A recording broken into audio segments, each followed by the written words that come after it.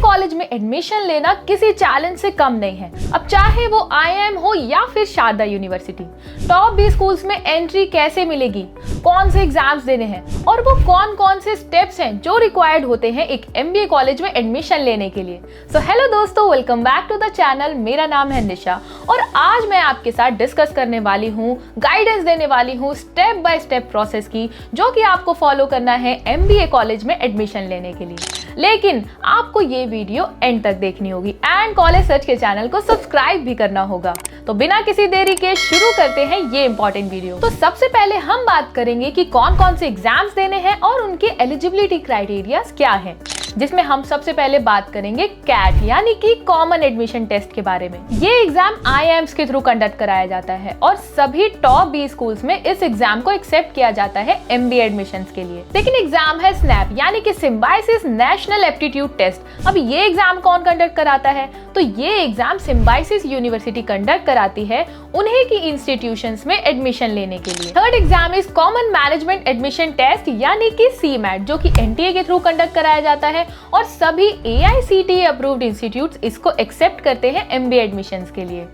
Fourth exam is ZET यानी कि Xavier aptitude test, जो कि कंडक्ट कराया जाता है एक्सेलराई जमशेदपुर के थ्रू और इस एग्जाम को भी कई सारे टॉप 20 स्कूल्स एडमिशन के लिए एक्सेप्ट करते हैं। Fifth exam is graduate management admission test यानी कि GMAT। अब GMAT क्यों दिया जाता है? तो अगर आपको ग्लोबल MBA करना है तो आपको ये एग्जाम क्लियर करना पड़ेगा और इंडिया के भी काफी सारे 20 स्कूल GMAT एक्सेप्ट करते हैं। अगर इन एग्जाम्स की एलिजिबिलिटी क्राइटेरिया की बात करें तो इन एग्जाम्स को देने के लिए आपके पास बैचलर्स डिग्री होनी चाहिए from any discipline with at least 50% marks अगर आप जनरल कैटेगरी से हैं, और अगर आप SC ST कैटेगरी से हैं तो आपको सिर्फ 45% मार्क्स लाने होंगे।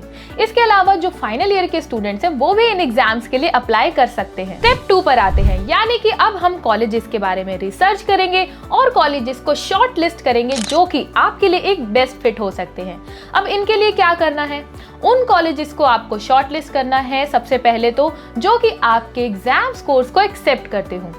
अब बात आती है कि कॉलेज का एनालिसिस कैसे करें। तो कॉलेज की इवैल्यूएशन आप कॉलेज की रैंकिंग, फैकल्टी, प्लेसमेंट्स और फीस के बेसिस पर आराम से कर सकते हैं। किसी भी कॉलेज के बारे में अगर आपको डिटेल इवैल्यूएशन करना है तो आप उसके ऑफिशियल वेबसाइट पे जाएं और उसके एडमिशन सेक्शन को जरूर चेक करें, जहां पे आपको selection criteria and eligibility criteria साफ साफ दिख जाएगा। Now coming to the third step, जहां पे हमें एंट्रेंस एग्जाम्स के लिए खुद को रजिस्टर करना है ऑफिशियल वेबसाइट पे जाके।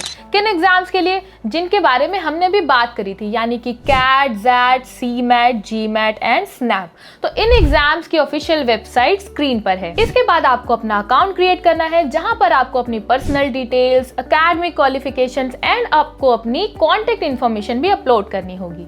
इसके बाद आपको डॉक्यूमेंट्स अपलोड करने हैं, जो भी डॉक्यूमेंट्स वहां पर रिक्वायर्ड होंगे, जैसे कि आपकी फोटो हो सकती है या फिर आपका सिग्नेचर भी हो सकता है। इसके अलावा आपका आधार कार्ड या कोई भी आइडेंटिटी कार्ड वहां पर अपलोड करने को बोला जाएगा। इसके बाद लास्ट स्टेप होता है एग्जाम फी, यानी कि एप्लीकेशन फी करनी होगी आपको उस पर्टिकुलर एंट्रेंस एग्जाम के लिए, जो कि आप नेट बैंकिंग से, UPI से, क्रेडिट या डेबिट कार्ड से कैसे भी कर सकते हैं।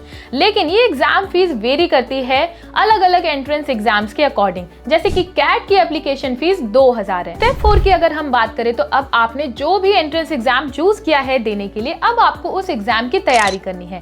प्रिपरेशन करना is the most important part for any entrance exam.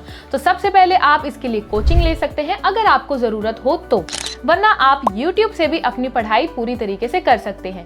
लेकिन मोस्ट इंपॉर्टेंट चीज ये है कि आपको उस पर्टिकुलर एंट्रेंस एग्जाम की मॉक टेस्ट देने होंगे। आप जितने ज्यादा मॉक टेस्ट देंगे उतनी ही ज्यादा अच्छी प्रिपरेशन आपकी हो जाएगी उस पर्टिकुलर एग्जाम के लिए। Now coming to this step 5, जहां पर हम बात करेंगे एग्जाम के बारे में। अब एग्जाम के लिए सबसे पहला प्रोसेस ये है कि आपको एडमिट कार्ड डाउनलोड करना होगा। इसके लिए आप ऑफिशियल वेबसाइट पर जाएं और वहां से एडमिट कार्ड को डाउनलोड कर लें। इसके अलावा आप एग्जाम सेंटर और एग्जाम डेट को भी जरूर चेक कर लें। अब एग्जाम डे टिप ये है कि जिस दिन आप एग्जाम देने जाएंगे उस दिन आपको अपना एडमिट कार्ड साथ में लेके जाना है और एक वैलिड आईडी प्रूफ भी आपको साथ में लेके जाना है। अब एग्जाम के रिजल्ट की बात होगी तो वो कैसे चेक किया जाए, उसके लिए आपको ऑफिशियल वेबसाइट पे जाना है और आपके जो भी लॉगिन क्रेडेंशियल्स हैं उससे लॉगिन करके आप ऑफिशियल वेबसाइट पर अपना रिजल्ट चेक कर सकते हैं। अब हम बात करेंगे 6 स्टेप के बारे में, यानी कि MBA कॉलेज में एडमिशन लेना। अब इसके लिए आपको कॉलेजेस को शॉर्टलिस्ट करना है। जो भी आपके एग्जाम स्कोर्स है उसके बेसिस पर आप कॉलेज शॉर्टलिस्ट करें जो कि आपके प्रेफरेंसेस और करियर गोल से मैच जरूर करने चाहिए। इसके बाद कॉलेज का इवैल्यूएशन भी बहुत ज़रूरी है, यानी कि उसके फैकल्टीज चेक करना है, उसके एलुमनाइज चेक करने हैं, उसकी प्लेसमेंट चेक करनी है और उसके फीस स्ट्रक्चर भी आपको चेक करना है। इसके अलावा आप कॉलेजेस की अपडेट भी लेते रहें ताकि आपको ये पता हो कि आप किस कॉलेज में एडमिशन लेने वाले हैं और वहाँ पे एक्चुअली में चल क्या रहा है। अब आपको कॉलेजेस के एप्लीकेशन फॉर्म फिल करने हैं, यानी कि जो भी कॉलेजेस आपने शॉर्ट लिस्ट किए हैं बारी बारी से उन सभी कॉलेजेस के एप्लीकेशन फॉर्म फिल करते जाएं। एप्लीकेशन फॉर्म फिल करते टाइम एक बात आपको जरूर ध्यान रखनी है कि कोई भी ग्रामेटिकल एरर वहाँ पर नहीं होना चाहिए, इसलिए बहुत ही ज्यादा ध्यान से आपको एप्लीकेशन फॉर्म फिल करना है। एप्लीकेशन फॉर्म भरने के बाद आपको एप्लीकेशन फीस पे करनी है, यानी कि जितने भी कॉलेजेस के आपने एप्लीकेशन फॉर्म भरे हैं उन सभी कॉलेजेस के एप्लीकेशन फीस भरें और रिसीट को जरूर सेव करें। इसके बाद आपको कॉलेज का जो भी आपके शॉर्ट लिस्टेड कॉलेजेस थे जिनके भी आपने एप्लीकेशन फॉर्म भरे हैं उनका फॉलोअप आपको लेते रहना है। वैसे तो कॉलेजेस भी आपको ईमेल या SMS के थ्रू सारे अपडेट्स भेजते रहेंगे, तो अगर वो कोई भी इंटरव्यू से रिलेटेड अगर अपडेट भेजते हैं तो उसका प्रॉम्प्टली जल्दी रिप्लाई करना है ताकि आप उस कॉलेज में एडमिशन ले सके। अब आते हैं स्टेप 7 पे, यानी कि सिलेक्शन प्रोसेस। इसमें इंक्लूड होता है group discussion, personal interview and written ability test. अब ग्रुप डिस्कशन में आपको बुलाया जाता है ताकि आपकी लीडरशिप, क्रिटिकल थिंकिंग और कम्युनिकेशन स्किल्स को चेक किया जा सके। इसमें आपसे करंट अफेयर्स और बिजनेस के बारे में डिस्कशन किया जा सकता है। इसके बाद होता है पर्सनल इंटरव्यू। पर्सनल इंटरव्यू में आपकी जो भी MBA जर्नी रही है या आपका बैकग्राउंड, एकेडमिक बैकग्राउंड जैसा भी रहा है उससे रिलेटेड क्वेश्चंस आपसे पूछे जाएंगे, तो इसके लिए आपको रेडी रहना होगा।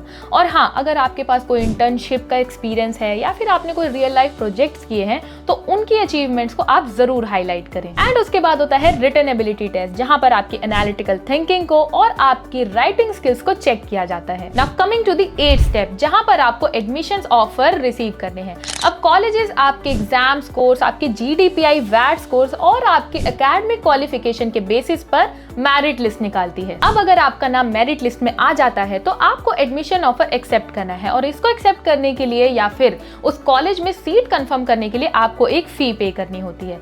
इसके बाद आप अपने डॉक्यूमेंट्स का वेरिफिकेशन जरूर करवाएं। तो दोस्तों, अब आपकी MBA जर्नी स्टार्ट हो चुकी है। जब आपने एक बार अपने ड्रीम कॉलेज में सीट कंफर्म करवा दी है तो इसके लिए आपको अब क्या करना है कि आपको कॉलेजेस में जाना है, वहां का ओरिएंटेशन अटेंड करना है, इंडक्शन ट्रेनिंग लेनी है, जिससे कि आप कॉलेज के करिकुलर एक्टिविटीज और नॉर्मल एक्टिविटीज से खुद को फेमिलियर कर सकें। इसके बाद आप अपनी क्लासेस स्टार्ट कर सकते हैं, लेक्चर्स अटेंड कर सकते हैं और कॉलेजेस की एक्स्ट्रा करिकुलर एक्टिविटीज में भी पार्टिसिपेट कर सकते हैं।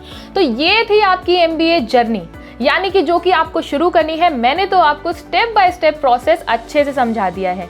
तो आप कमेंट सेक्शन में जरूर बताएं कि आपका ड्रीम कॉलेज कौन सा है, और अगर आपको ये कंफ्यूजन है कि मेरा ड्रीम कॉलेज कौन सा है तो इसके लिए आपको डिस्क्रिप्शन में दिए गए लिंक को फिल करना है, क्योंकि आपको फ्री करियर काउंसलिंग यहाँ मिल सकती है।